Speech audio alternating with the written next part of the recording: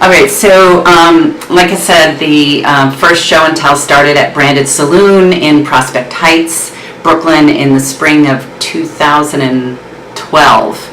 And I think it was March, no, or April. I think it was April. Anyways, in the beginning, show and tell was basically general. I ended up, now I name them, but now before it was like show and tell Brooklyn or show and tell, Manhattan or Upper West Side. So I basically name them and encourage people to bring anything, any significant object, anything whatsoever. And what was really wonderful about those is that the different stuff that people brought. I had somebody who brought her vintage motorcycle that actually at the very last minute, she was going to roll it in. She wasn't going to ride it into the place, but at the very last minute, one of the owners, a friend of mine, but one of the other owners ended up saying, no, you're not bringing this in. But she was able to drag it up the side of the building, and it's all windows, so we could see that.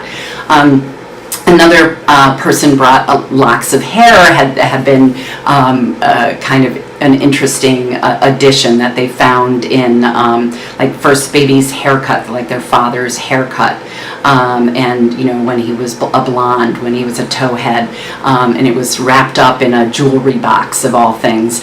And people brought, of course, photos. Photos were quite common, but people brought rocks. and baby dresses, and some people brought some books, like favorite books, cards, obviously, postcards.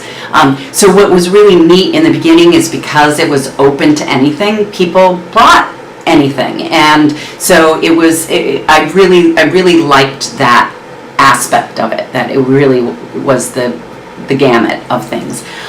It's of course was mostly my friends, mostly neighbors in Brooklyn, but then it started. Then I started getting some friends from Manhattan or from out of the area, but who traveled to Manhattan, saying, well, why don't you have some in the city as well? So we ended up starting. About a year later, started hosting them at 3 locations in the city, one on the Upper West Side and one on West Houston at Madam X. So again, it was really letting anybody bring whatever they wanted, and sharing that story, which was great. It was small turnouts, anywhere from probably 0 to 10 people, and when I started speaking to my friends there, mostly still, we got a few other people coming in through social media things and them telling their friends about it. But when I said I really wanted this to kind of grow and have more followers, have more people coming and stuff, people said I really needed to focus on themes. Because they said people would understand it more, would have something to connect to more, and so as they've evolved, they've become more theme-oriented. And in some ways, they've gained more success because of that. But I still feel like we're missing something by having it so focused on themes. But what I also realized is that I can have it be a theme, but the theme can be a general theme, like my favorite thing or significant object or something like that. So I've realized that it still can be a general theme, but giving people an idea of what it is, like bring your favorite object, could again help them, wrap their brain around it. So again, it's been people 18 to 80 years old, and bringing a variety of different things, but now it's more themes, and how else has it evolved?